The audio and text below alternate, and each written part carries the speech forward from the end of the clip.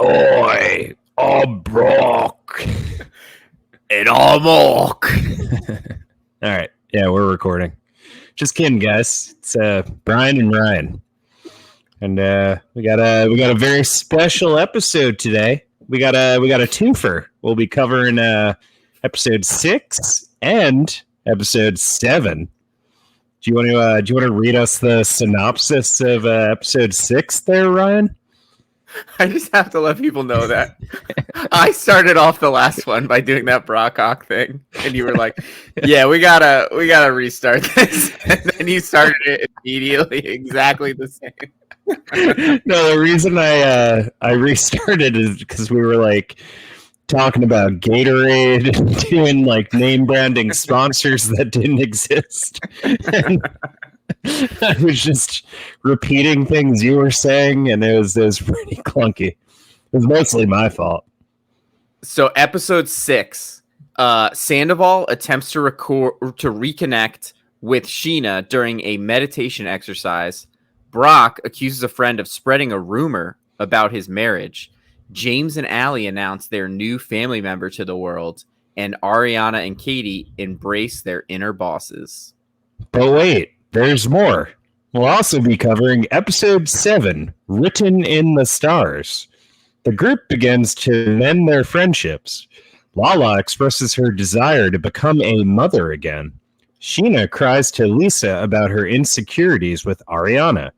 Sandoval is forced to recognize he may never get closure with the woman he loves. Oh, there you have it. There you have it.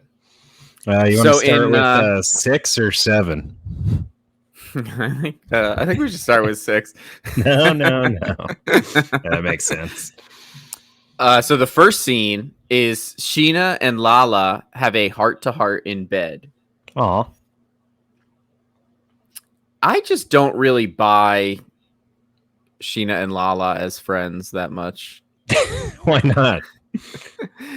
I don't know. I mean, I guess it's so hard for me to untangle people's actual relationships from what they need to be for the show.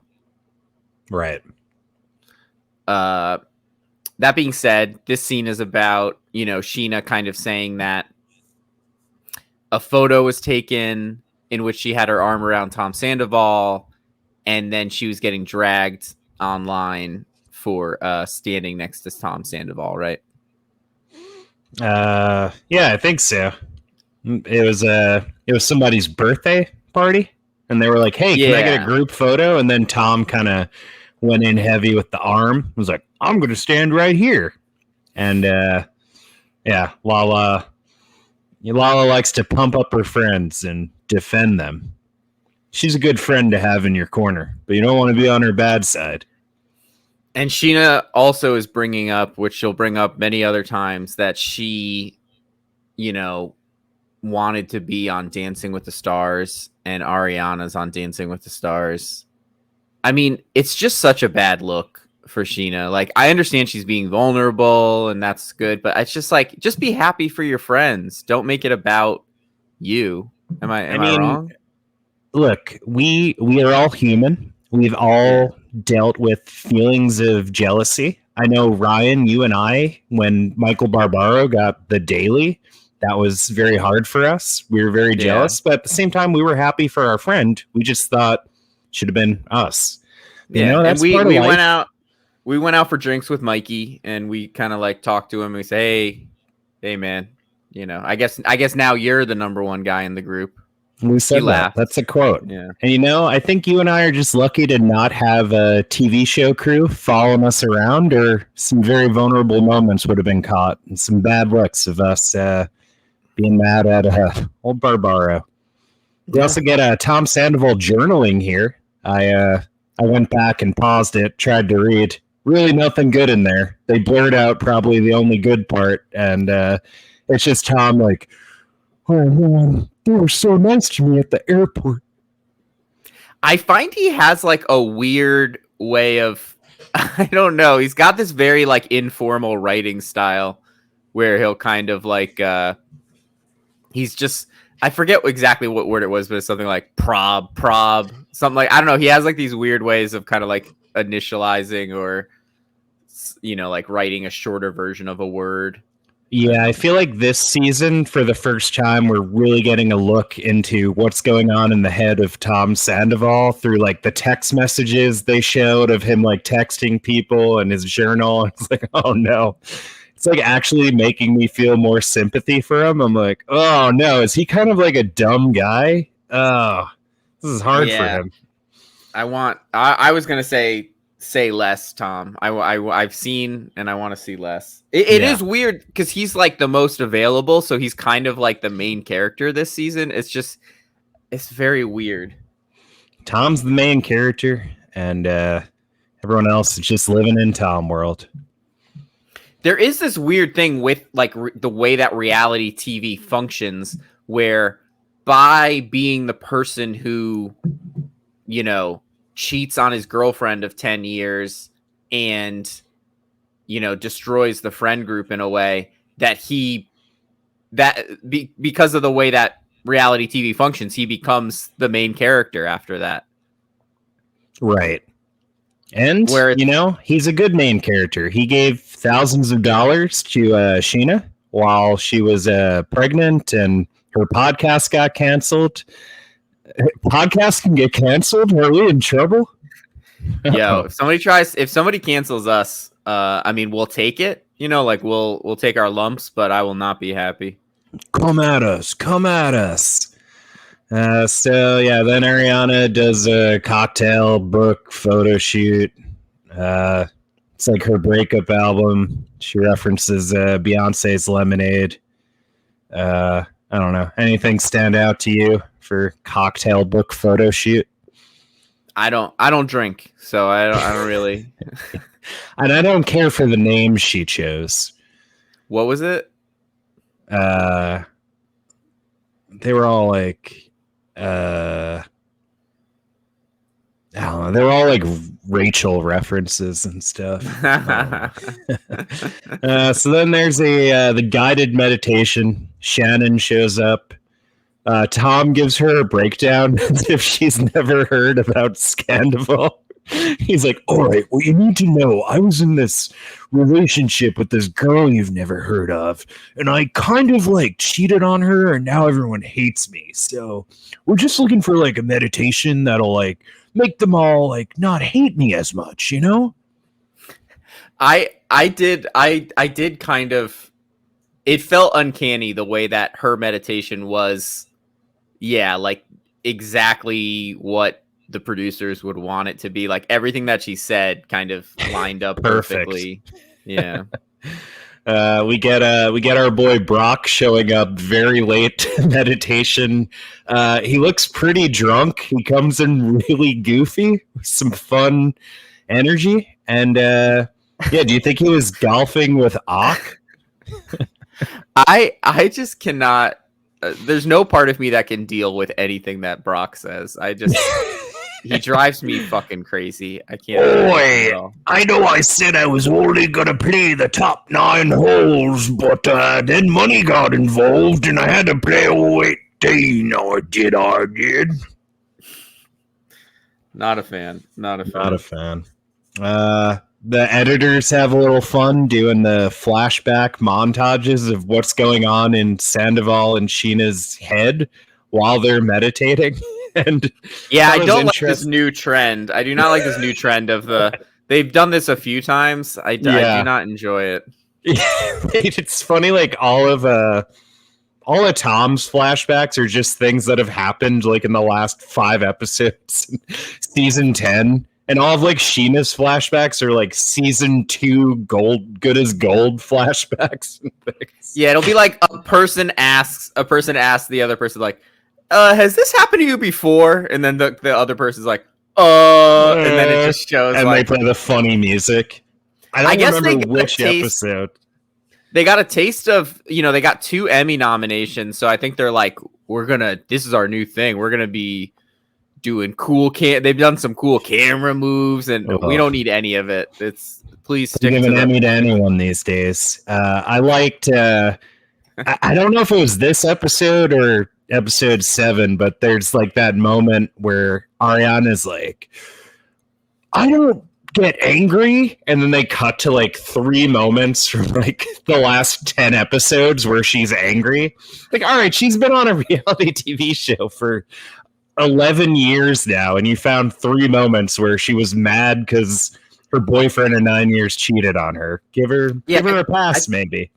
I think she's very reasonable and keeps her emotions in check. Like, she's always been a pretty, what was her famous line? I was born fucking cool. Is that? Yeah, I think she did say that. Also, born cool.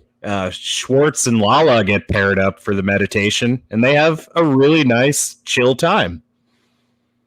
You really don't think? I'm still pushing the Lala and Schwartz getting together thing. You think that'll never happen?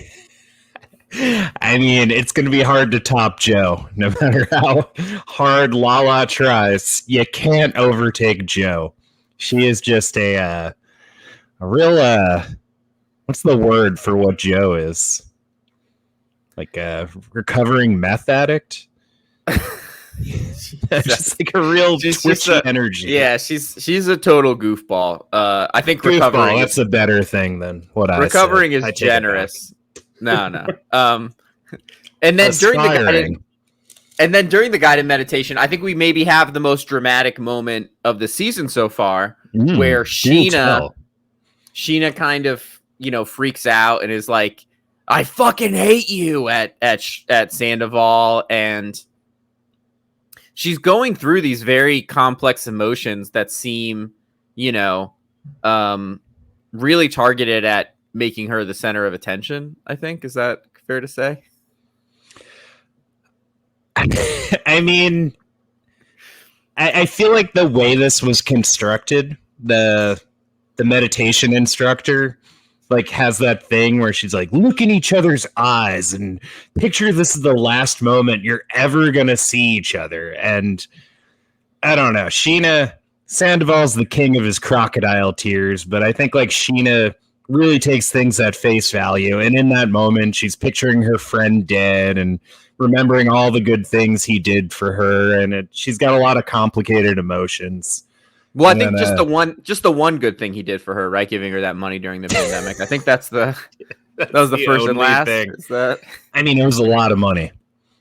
A lot of money. Also, in his defense, he was around. He was like around for 10 years, so that's something. You can't take that away. He wasn't terrible for all 10 of them. No. Meanwhile, Katie and Ariana eat lunch.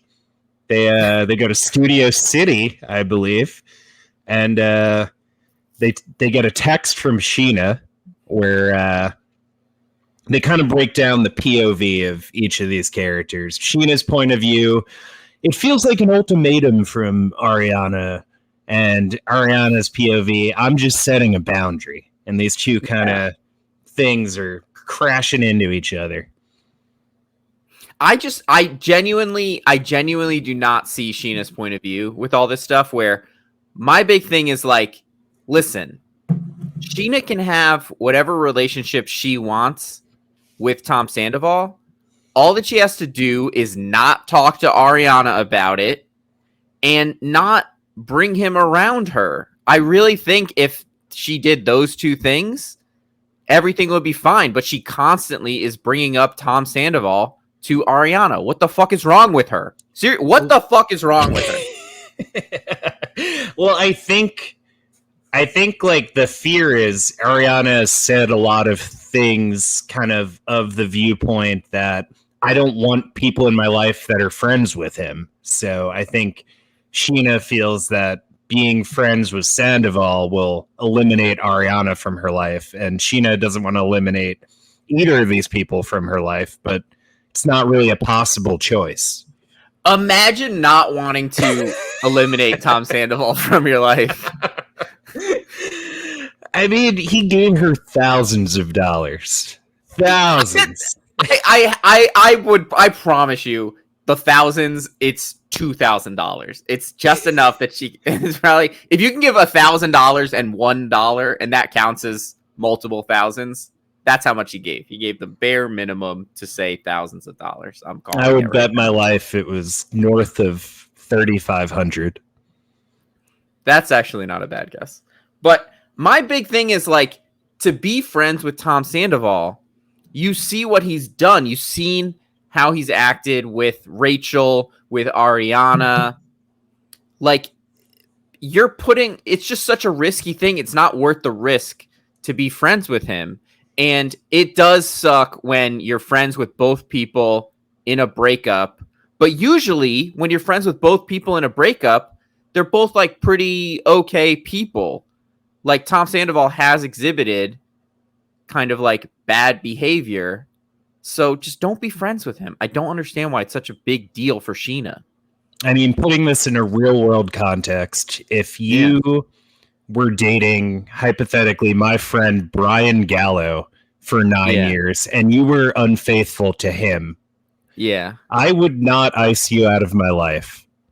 I would want you to apologize, and I would be an optimist, and I don't know. I'd want you.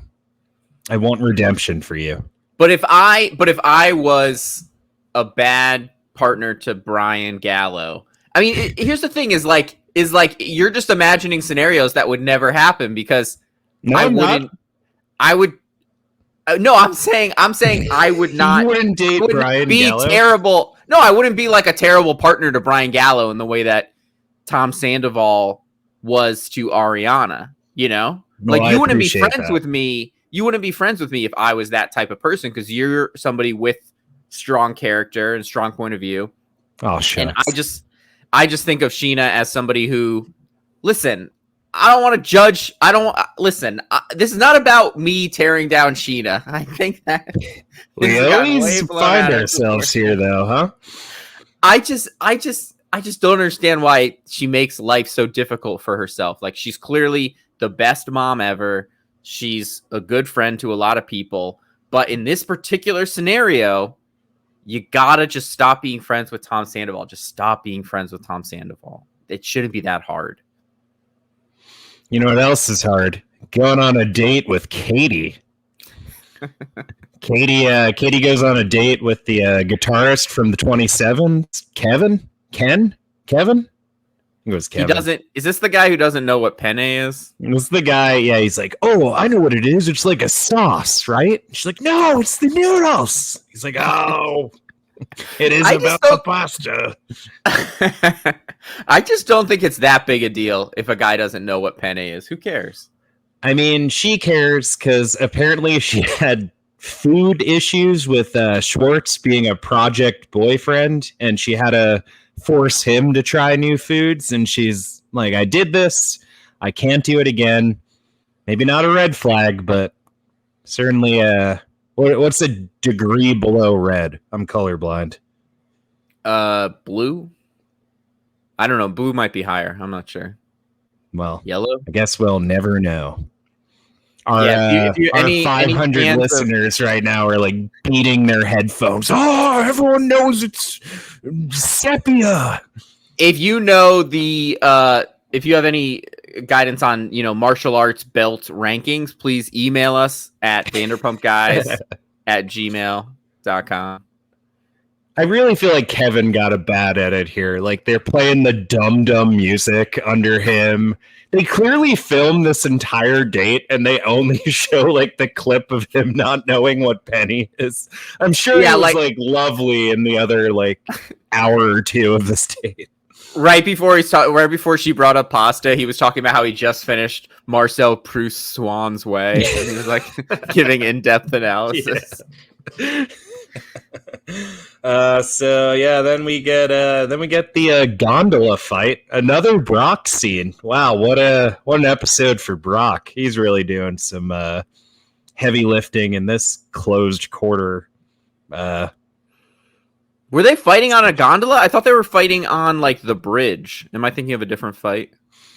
I think they start on the gondola and then kind of start drinking on the bridge, and Brock apologizes. But in the gondola, Brock, I think Sandoval keeps doubling down. He's like saying all these crazy things like, we had this affair and we didn't mean to hurt anybody. And then everyone's going on this hate crusade against me. And then Brock's like, bro, you put a restraining order on my wife. And then they bring up the Sandoval's PR team planted a tabloid rumor that Brock was hooking up with Rachel. Do you think that happened? I have no idea. I do find it very striking that Sandoval, he clearly thought this season was going to be about him and Rachel kind of like thriving, Love story, yeah. And he's just like really trying to push this narrative, and like nobody's buying it. You look in his eyes, he's not even really buying it, and then it's just so like striking to hear Rachel's side of all of this, where she's like, while he was out on tour, he was hooking up with people, because he acts like he's like just this lovelorn guy who's just waiting around for Rachel. And then it was interesting to hear his point of view. Well, actually, I'll hold off on that. That's an episode 7 thing. But yeah, I just find Tom's routine of like, I haven't heard from Rachel is like puppy dog eyes. I'm not buying it. Totally. The other interesting thing he said in that Brock gondola fight. So Brock's accusing his PR team of planting the tabloid rumor. Then Sandoval accuses Brock's PR team of planting a Billy Lee affair rumor. And then Brock's firing back with, no, my PR team, my PR team talked to your PR team, and off the record, they admitted to doing it. And then Sandoval's response is, there's no evidence of that. You can't prove that to be true. You will never find the evidence of that. That's a crazy defense. It is crazy. It is also funny the way that the show has become, instead of it being a show about these friends hanging out, it's become a show about what it's like to be a reality TV star. Yeah. I love that. Do you know there's this famous Real Housewives thing that happened where Denise Richards was on it for a few seasons, and the actress Denise Richards, and she would yell sometimes. She would yell, "Bravo, bravo, fucking bravo!" like in the middle of an argument, and the person the person who she was arguing would just look kind of like, "Huh?"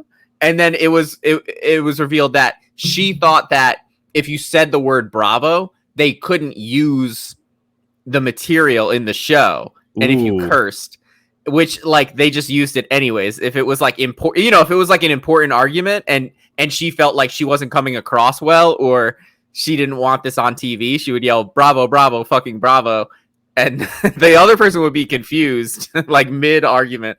But I wonder if there's something that the VPR people try saying to, like I doubt they thought that argument about their PR people would end up in the show, but it ends up being one of the most fascinating parts.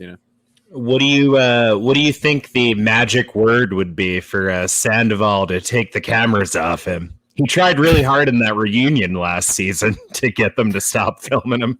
There's nothing he could say. I don't know. Maybe if he started singing, people wouldn't want that. Oh, I think he has a lovely voice. We gotta see really? Tom Sandoval and the extras. The most extras. I'm in LA next month. Dude, yeah, we got to. We got to do that, huh? We got to do it. So then comes my favorite scene in episode 6. This is Katie and Ariana interviewing people to work at their sandwich shop, and we get the greatest character of all time, Brent, applying Mr. Pickle tie. And Katie loves the tie, and he goes, "It's because I'm such a big dill." All I can say is I hope we get Mr. Dill Pickle Guy in like season 14 or season 15 main cast when there's something about her opens up, because this guy's great. Main cast. Just wild. Did you not love this guy? The camera zooming in at the opening credits and just him like, Yeah, he like twirls his tie in slow motion. He like throws a jar of pickle juice at the camera. Yeah, and then that person who they're I forget her name, but I guess she's the designer who works with Nancy Myers. Is this right? Penny. Penny is kind of stealing the show, kind of asking all the questions. Ariana and Katie looking maybe like a little annoyed. Yeah. Yeah.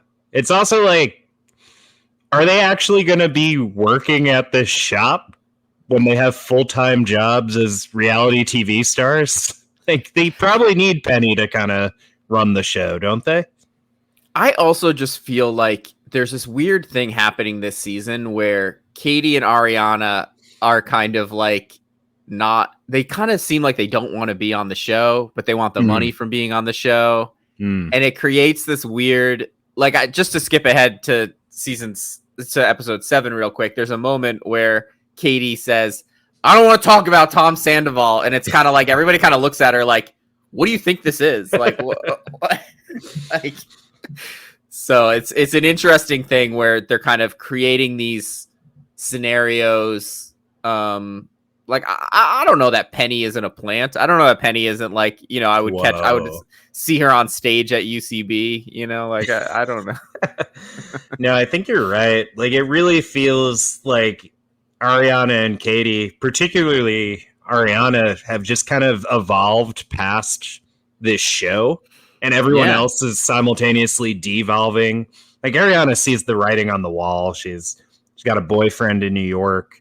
She's got Dancing with the Stars. She's on Chicago, like the most successful Broadway run ever. Like, she can leave the show and be fine. And you actually saw Dan when you were outside Chicago, right? I did. Yeah. What was that like? He like walked out of the door and then he walked away. But in that 2.5 second beat, I saw a man who could be in a future episode. Wow. Okay. Stay tuned. Yeah, Both party blue screws. One more thing on Katie and Ariana is there's an interesting thing that happened, because I know that I haven't watched the early seasons of Vanderpump Rules, but you haven't watched Real Housewives, and there's the actual prequel to the show. I got the prequel that led to the spinoff. I think that there's this interesting thing with Lisa Vanderpump where, towards the end of her time on Real Housewives of Beverly Hills, she had a really bad season where people accused her of, I don't even remember exactly what, but misrepresenting where dogs were getting adopted or something like that. And she had to show up with like text messages, like printed out, like giant blue bubble text messages. And she was like showing up for scenes with like, here's my text messages. And everybody was kind of like, what? Like, it got really awkward. And then she didn't go to the reunion, which is like, who does that? Like, she didn't show up at the reunion. And now you see Lisa on a show like Vanderpump Rules, where she very much is like in control. They don't delve into her personal life. She just kind of gets to chime in. And I think that like Katie and Ariana, in a way, have reached this kind of Lisa Vanderpump level as far as like how they want to engage with reality television. And it's weird because we don't need 3 Lisa Vanderpumps on Vanderpump Rules, but obviously the producers, you can't make Ariana and Katie have bad lives. Why would you want to? But it creates this, and you also, can you imagine if they're like, yeah, we're kicking Ariana off of Vanderpump Rules? Like, that would not fly. But it creates this weird thing where they don't really have interesting plots going on, but we obviously want to see what they're up to. It's very strange. Yeah. Are you saying what I think you're saying? That we're looking in a couple of years at Ariana Pump Rules, her own show following the entire cast of There's Something About Her? mainly featuring Brent, the pickle tie guy. Yeah, I think so, and I think they'd be great at that because they understand kind of like what needs to happen, and they could kind of like direct conversations in a certain way. They just really don't want the conversations to be about them anymore, it seems like. Yeah, I think this is a good move for them. Yeah, so then we got this boat party booze cruise where everybody's sober but Schwartz and Brock. We got Sandoval like doing hits from an oxygen tank like he's Dennis Hopper and Blue Velvet. Like, this is just a really weird scene. I do want to try this. I was like, yo, I gotta look into this oxygen thing. Yeah, it looked pretty tempting actually. I was at a wedding in Aspen about a year ago, and I did do a few oxygen hits. They're pretty good stuff. This Sandoval's onto something. I gotta be honest, we text a lot, we talk all the time. I did not know you were wedding in Aspen levels. Like you're thriving, bro. You're thriving. It was Sam's friend, not mine. So yeah, they get into there's a pretty big fight with Lala and Sandoval on the booze cruise. It's honestly astonishing that Sandoval, I feel like he can't help himself but argue with people. Yeah, this is like such a weird argument too, because like it was over like the quote he had in a publication, and he's just like not getting what Lala is saying, and he's like, well, what about how you lied with Randall in season 5 of the show? It's like, bro, this girl is ready to forgive you. All you need to do is apologize, and now you're like making her go crazy on you. He's just deflecting the hell out of this thing. You do not want it with Lala. Like Lala, like no. I listen to her podcast, give them Lala. She's like the most level-headed, funny, likable person in the world. If you piss her off, she is gonna win that argument. I've never seen Lala take an L. Right? No, she calls him a groomer, which may be a bridge too far. She's just like eviscerating this man. And then like the amazing thing is like Scheana actually interjects and like it fixes everything. Like she's the Sandoval Lala translator. She's like, Tom, you're being a hypocrite for accusing Lala of the same shit you did, and all Lala wants is an apology. And then immediately Sandoval does a 180. He's like, oh, I didn't know what you meant, Lala. I'm sorry. Like, in Sandoval's defense, he's kind of dumb. I buy that he did not understand until that moment what was happening. I think he also recognizes he's so like reality TV brained that he like is like, okay, here's a good opportunity for some drama, some conflict. Like it's hard for me to know. I feel like all the people on this show at all times, they're like almost two selves.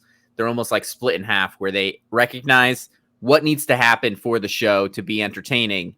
And also they're feeling emotional in a way. I mean, it is in some ways not unlike most fights that happen in life where you get really worked up. There's a situation that happens, and then you kind of just you're not even thinking about what you're saying. You're just kind of you want to win the argument. You know, you're getting to the next point. It's just that sometimes they're the ones who even create these scenarios unnecessarily. You know, that's how it seems, at least. So then, after this booze cruise, Brock, and this is a long episode. Wasn't it like 20 minutes longer than a normal episode for no reason? I think it was over an hour. We get a heart-to-heart with Brock and Schwartz where they're obliterated drunk and both being really goofy.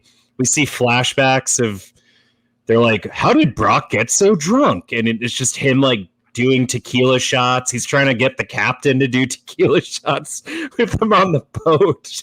And then he starts talking about his first love. My first love was the farmer's daughter that lived next door. A pig farmer. And her dad was a pig farmer, and I lived on the cow farm. Yeah, Brock is a nightmare. Brock is an unmitigated No, he's nightmare. not so bad. And then Scheana and Lala have a heart-to-heart in bed. Yeah, just like the episode began, huh? Is this the same heart? I don't remember what happens in this heart-to-heart. Do you remember? I think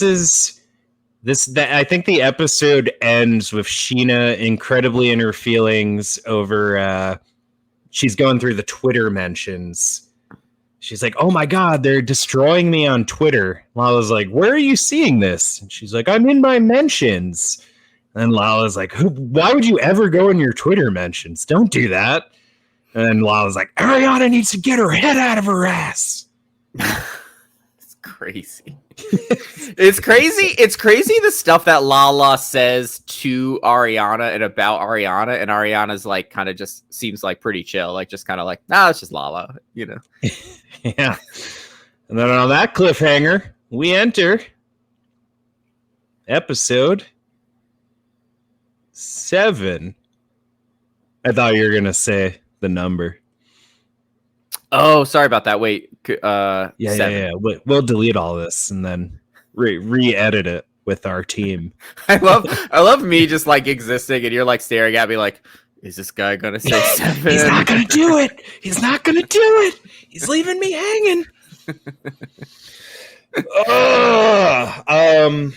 Yeah. Oh man, I really like the first shot of this episode. It's Brock eating a breakfast sandwich and Summer Moon killing her mother. Like Summer Moon's like, "I want you to fall down, mommy," and she throws Scheana off the couch, and then we're in it. Is it? No, but I think you're skipping over maybe my least favorite moment in Vanderpump Rules history, which is Brock going to Summer Moon like, hey, you want a bite of this? And then Summer Moon says nothing, and he says, all right, fine. Did he offer her his sandwich? Yeah, he wanted to give her some She food. might be too young to eat that, huh? Yeah, it's just like, just chill out, Brock. We get Hippie, James, and Allie punctuated with another plane flying over their house, and then we get Hippie seems to be fitting in nicely. Haven't seen the cat in a minute. I hope everything is okay. Can we get a wellness check on Mr. Banks? Starting to get a little worried here. Anne is going to see the Barbie movie dressed as Barbie right when Tom Sandoval arrives home. He's happy that, oh man, they're really humanizing me again. It's quite nice. And she's like, okay, I'm gonna go see Barbie. He's like, I'm gonna journal. Like, don't. Oh, he did say that. Have you ever told anyone that you're journaling? Like, just don't talk about it. Like, who never does this? admit to journaling publicly. And then Scheana meets with Donut. We love Donut. I'm a big Donut guy. And Lisa Vanderpump is trying to be sympathetic because she knows that. I will say Lisa Vanderpump does a pretty good job at keeping track of what these people like. Or do we think a producer went up to her before they shot this and said Scheana wanted to be on Dancing with the Stars? Yeah, it's hard to say. There's also like an interesting thing we learn in that scene that it was actually Dan, Ariana's new boyfriend, who was the one who revealed to Scheana that Ariana got Dancing with the Stars, and made her this unhappy. Yeah. Also, Scheana says she was proactively taking dance lessons in case they invited her to be on Dancing with the Stars, which is pretty wild. I mean, I'm very curious about how, now I need to know like how the Dancing with the Stars process, like that must be a wild job to be the person who's like, all right, here's everyone in the world, you know, like they start off with like the calls to like the Pope, you know, they're like, okay, can we get Barack Obama? And then the Greta Thunberg, no, okay, Greta Gerwig, Lala. and then they work their way down. And Scheana's just hoping, I guess, that somebody will pass and then that they'll get to her and that she'll get invited on, right? She may not be on the short list, but she's definitely on a list. I mean, I do wonder if her talking so much this season about wanting to be on Dancing with the Stars will get her on Dancing with the Stars. No, they need to never put Scheana on Dancing with the Stars, but keep cast. They got to put Brock on. They got to put Pickle Tie Guy. They got to everyone. Lala gets lattes with Ariana, and I've definitely seen that. I don't think I've been inside, but I've definitely driven past that coffee shop. Have you? Did you get a toasted Golden Island latte? While you I only ever order cold brew. If a lot of places might have nice. Also, they're not a sponsor of the show, but I will say, Starbucks cold brew black, just nothing in it. Great. I think I prefer it over many fancy LA coffee shop cold brews. It's great. Really? It's very not good. a intelligentsia guy. We went to Intelligentsia back in 2018. A rare Maud Apatow sighting. No, that Maybe was a future guest. that was at a different coffee shop. Was it? Yeah, that Intelligentsia is in Silver Lake, and the one I'm trying to remember the one that we went to that we saw Maud Apatow at was in West Hollywood. And her driver was waiting outside across the street. And famously for listeners who want people want to know, they want the story. There was right in. We were sitting towards the door, and Maud Apatow starts to walk from across the street, and I said, "Oh, it's Maud Apatow. It's Judd Apatow's daughter." And you were like, "What?" And then she walked in the door, and I was like, "Nothing." And then you started. You wanted me to tell you what it was, and she was right there, so I couldn't say. And you started saying like, "What famous person's daughter is?" I was like, "Ah!" But yeah, it was Maud Apatow. Yeah. Classic. So they get lattes. Lala's like, "Hey, Ariana, you should tweet a defense for Scheana because the internet is murdering her right now."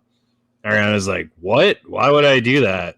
Sheena's like, Lala's like, "Scheana took a restraining order for you, almost lost your kid. You got to defend your friend." It's not a bad Ariana's point. Like, all right. Yeah, it's a good point. But I would also say Ariana that does it.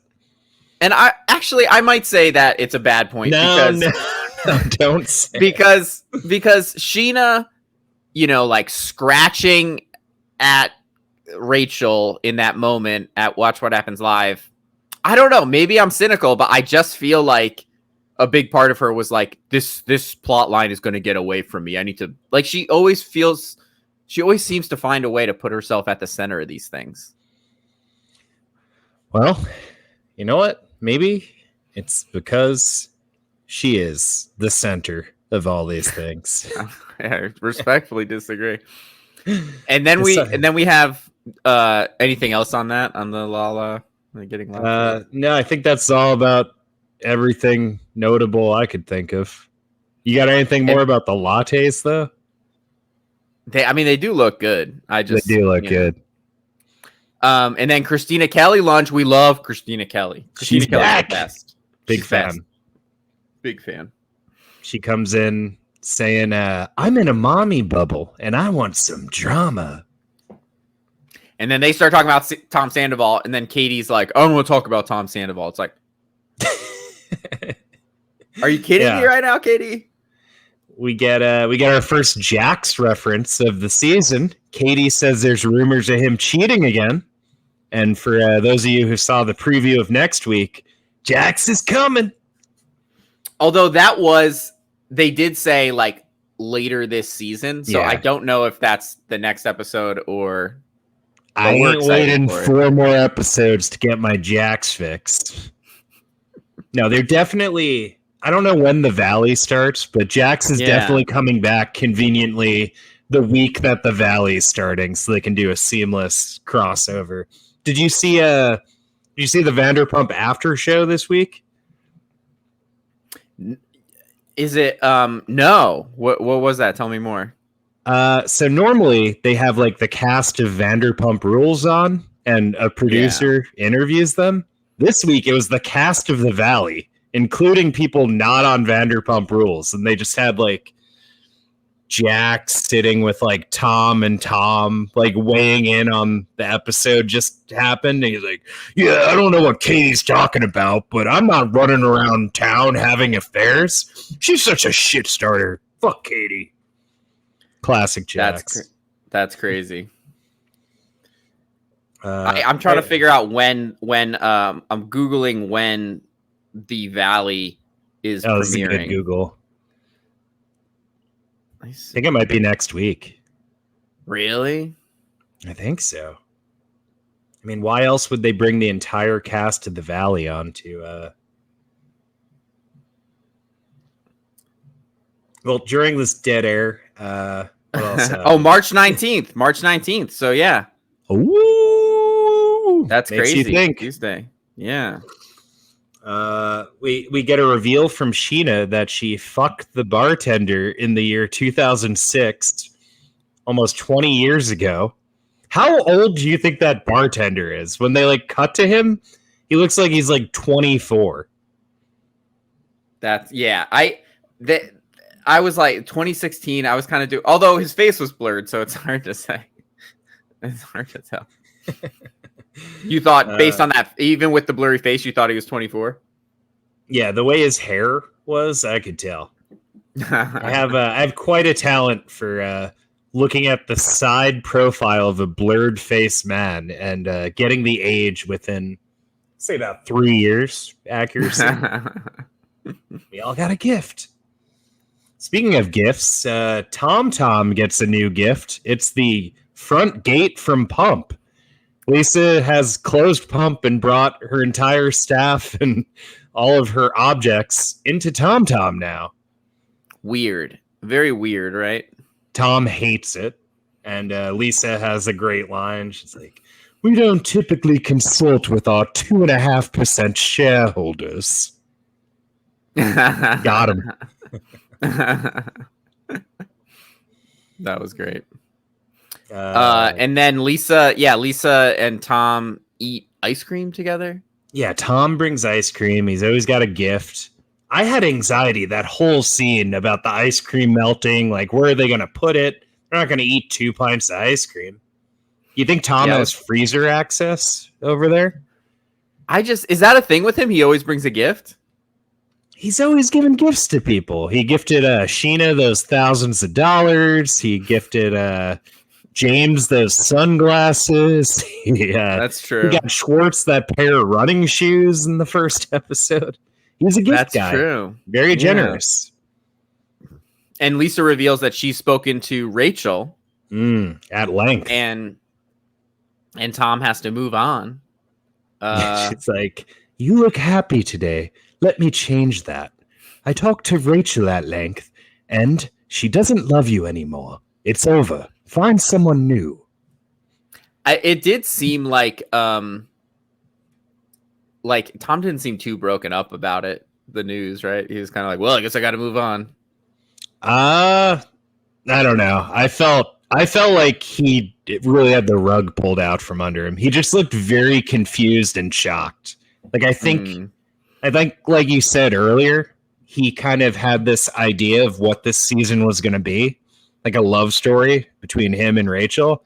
And Lisa just destroyed that entire narrative. And he just kind of looked like a blank slate, like, reprogramming. What is the rest of season 11?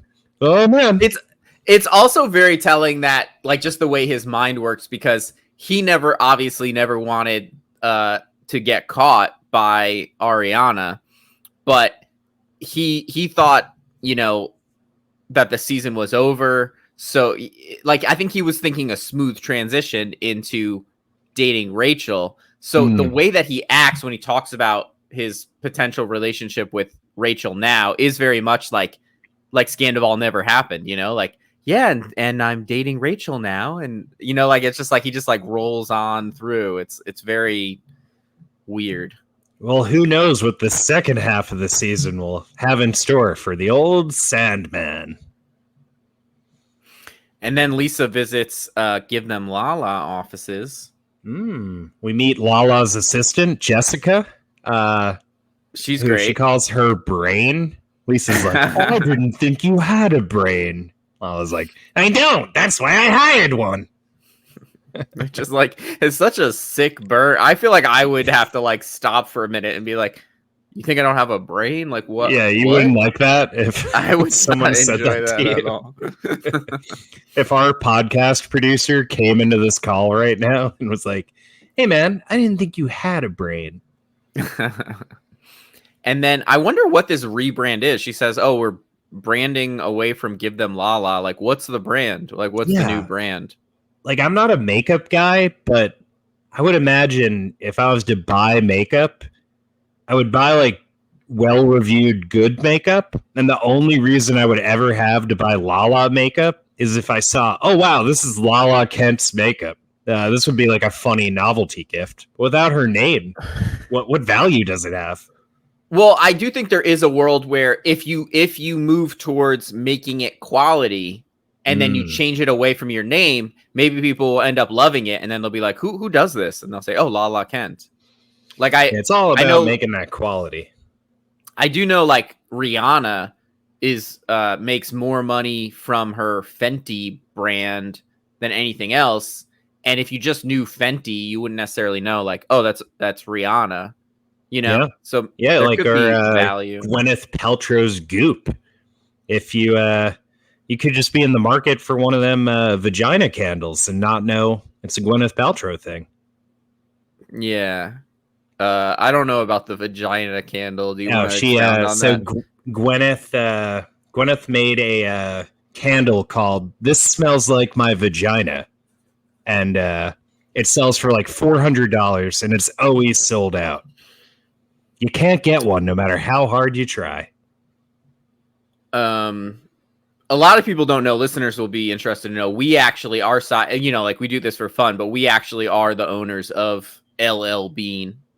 That's where we got our start. So, that's that thing people don't know. I think if we called it like our original name was Brian and Ryan Bean, but it would have been too on the nose. People know the brand, so we decided to go with LL Bean. So, a fun fact for listeners. We got to get a Mr. Bean on the show, huh? Well, I don't know if that would work for a podcast because he doesn't talk. He makes those noises though. That's kind of like I'd say like Joe is the kind of Mr. Bean of this season.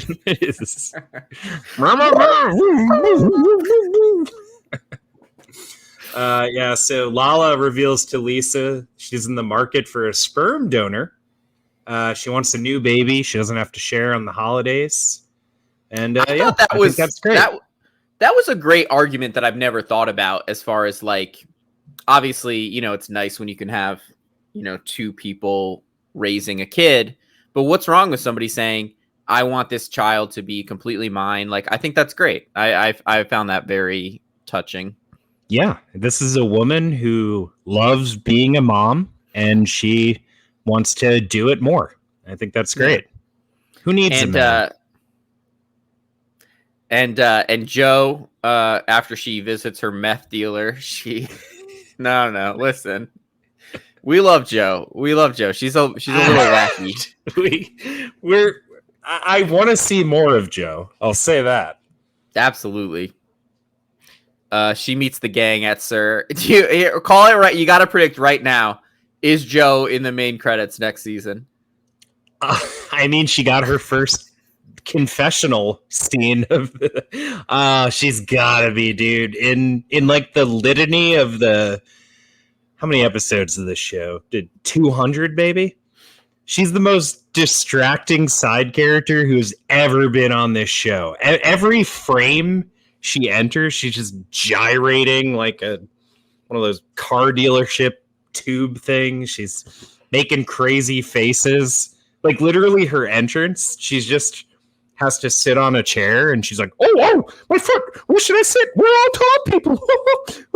We're so tall. Bippity, farting spiders. What do I do with my legs?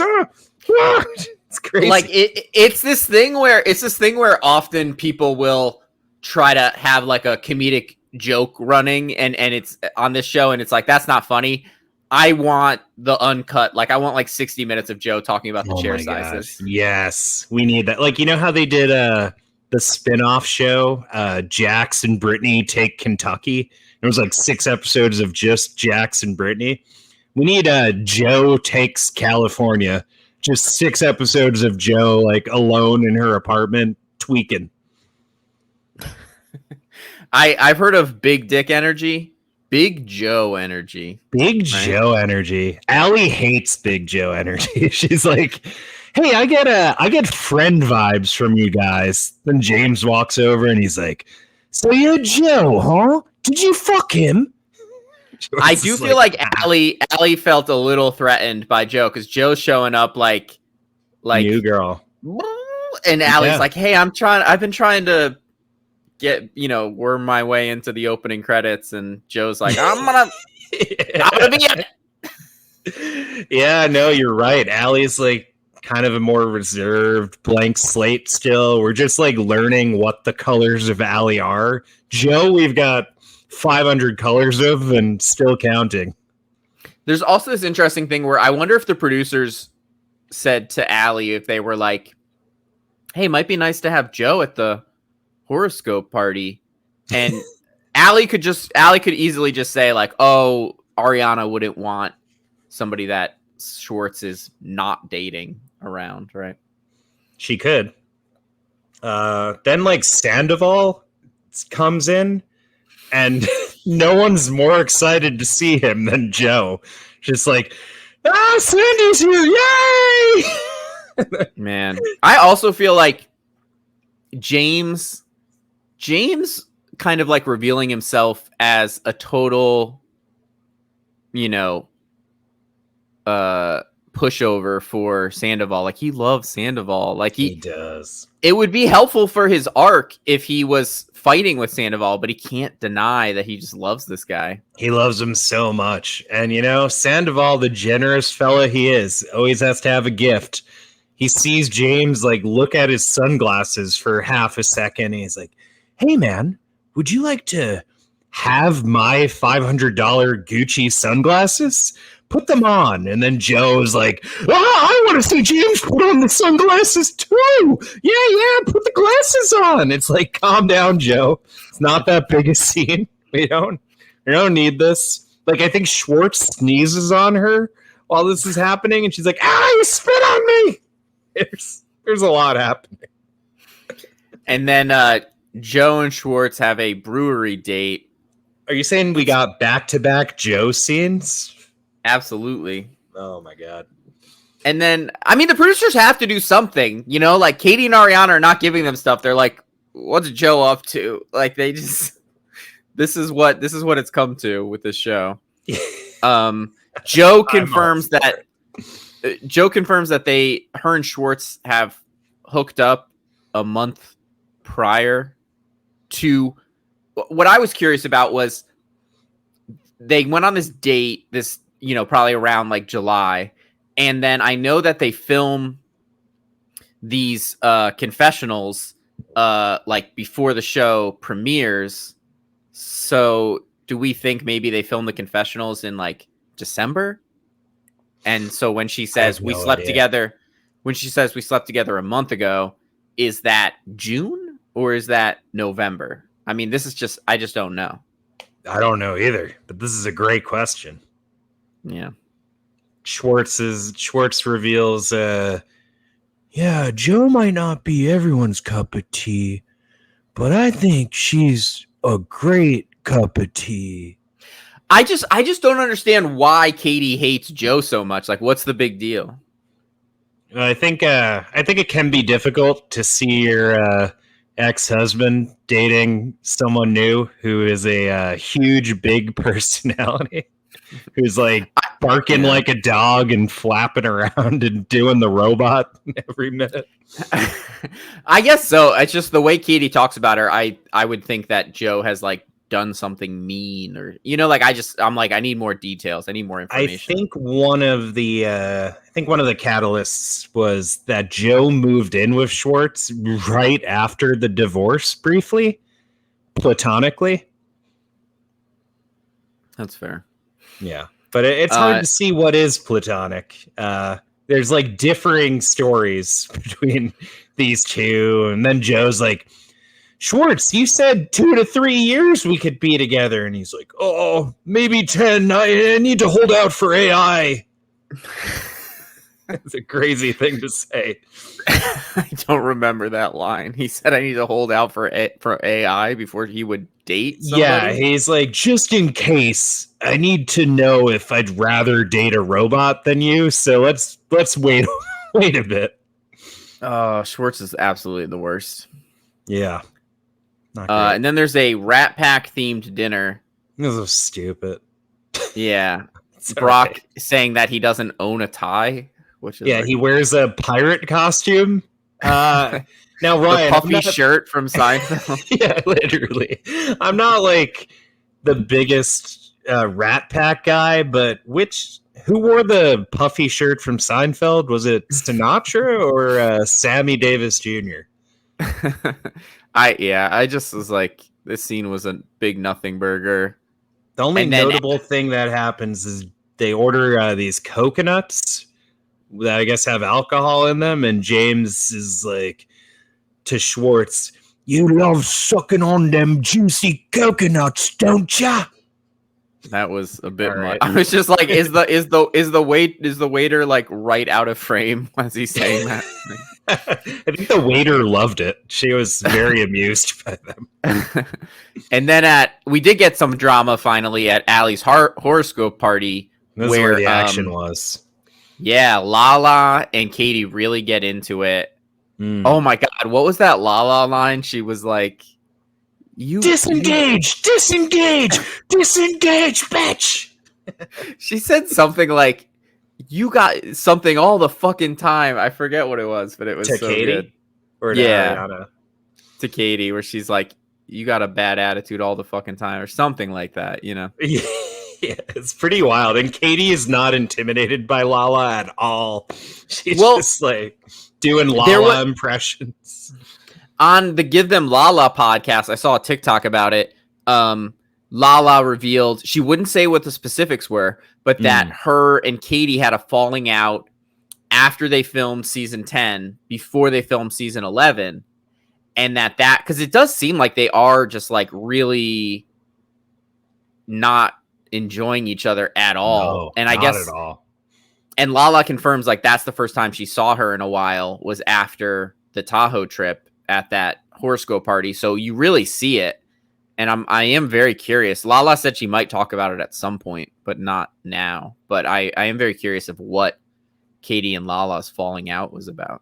Yeah, we got to stay tuned for that. I also appreciate after, all the Joe scenes, we get a little Allie character development. We get this backstory of her being like a Taylor Swift aspiring person. And then she's like, there can only be one Taylor, so I became an astrologer instead. She's hosting her first party. She makes like the world's worst charcuterie board. She has like pre-cut Lunchables, and she's got the wrong pepperoni. She'll figure it out. Jesus, I didn't think that hurt. I thought it looked fine. Bad. She's got to do better. Oh my God! I love like Scheana. I love like Scheana doing actually awful things, and you're like, hey, Scheana, listen, she's misunderstood. Allie doesn't get the right pepperoni, and you're like, we gotta crucify her. I don't know. I'm not saying that. I think they're both great. I mean, we don't know a lot about Allie yet, so this is. I gotta say, Allie's presence on TikTok. She's great on TikTok. She does a lot of fun stuff. I saw something where it was like her and her mom playing a game, like one of those TikTok games, and riveting. I'll send you some links. I swear to God, it was good.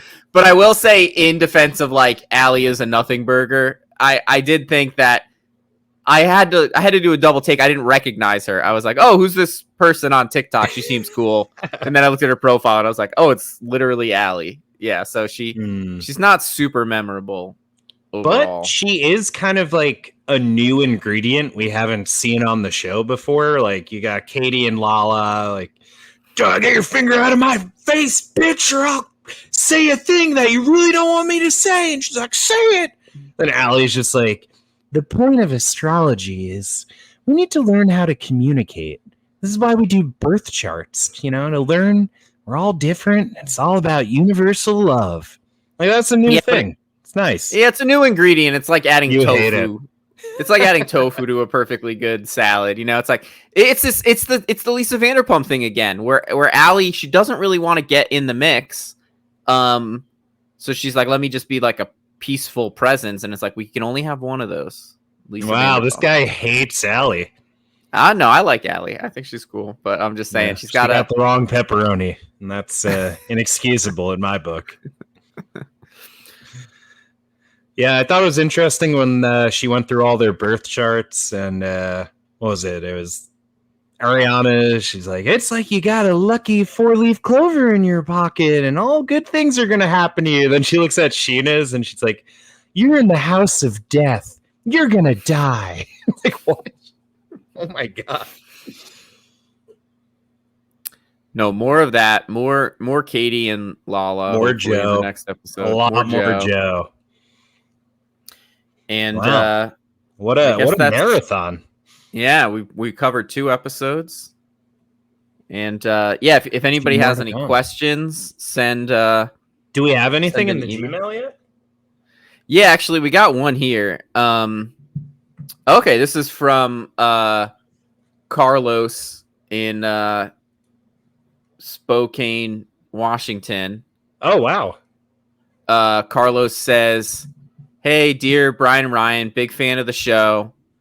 Brian, why are you in the bag for Scheana so much? I'll hang up and listen. Yeah, you know what? I think Scheana's a really good friend to everyone. I think she wears her heart on her sleeve. I think ultimately, at the end of the day, she's got to live with Brock. She's got to live with Ak. That's not an easy life. And as Allie said, she's the type of person who needs partnership in her life. And if you saw the preview for next week or next season or next half season, looks like Scheana's going to have a sit down with Brock and say, I don't see us together in the long term. Which is also crazy because Scheana, like last week on her podcast, she has Brock on the podcast and I assume they're still together. They're just like talking. It sounds normal. I don't know. It's not if we can help it. Brock, meet Ryan in College Point. He does want to fight you, and let's set it up. Yeah, I'm looking forward to that. Good times. All right, everybody. Well, we will see you next roundup. Tuesday. Yeah. Yeah. Well, I guess, I have to end it now, right? Yeah. What do I do? Hit the end recording at the top right-hand corner. I think I need to widen my my window here. Hold on. You'll cut all this out, right? No.